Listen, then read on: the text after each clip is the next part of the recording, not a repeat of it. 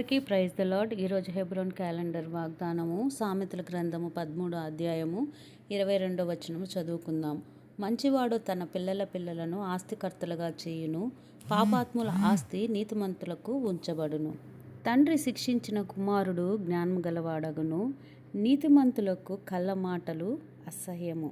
తన నోరు కాచుకొనువాడు తనను కాపాడుకొనును, ఒకని ప్రాణమునకు వాని ఐశ్వర్యము ప్రాయశ్చిత్తము చేయును. దరిద్రుడు చెప్పుకొనుచు బహు ధనవంతులు కలరు, ధనవంతులమని చెప్పుకొనుచు లేమిగల వారు కలరన్నమాట. తర్వాత భక్తిహీనులు దీపము ఆరిపోవును, గర్వము వలన జగడమే పుట్టును.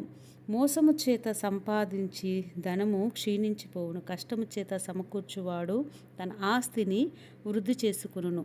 ఇటు ఆస్తి నీతిమంతుల ఆస్తి వాళ్ళ పిల్లలకు ఆస్తిని సమకూర్చును. అయితే పాపాత్ముల ఆస్తి నీతిమంతుల కొరకు ఉంచబడేదిగా ఉంటుంది.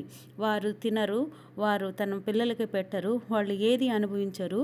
వారు మరణించిన తర్వాత అది ఇతరుల పాలైపోయేదిగా ఉంటుంది. కానీ నీతిమంతుల సంతానం అయితే కీర్తన 37లో చెప్పిన రీతిగా యెహోవా అతని చేతిని పట్టుకొని ఉన్నాడు కనుక అతడు నేలపడినను లేవకయుండడు.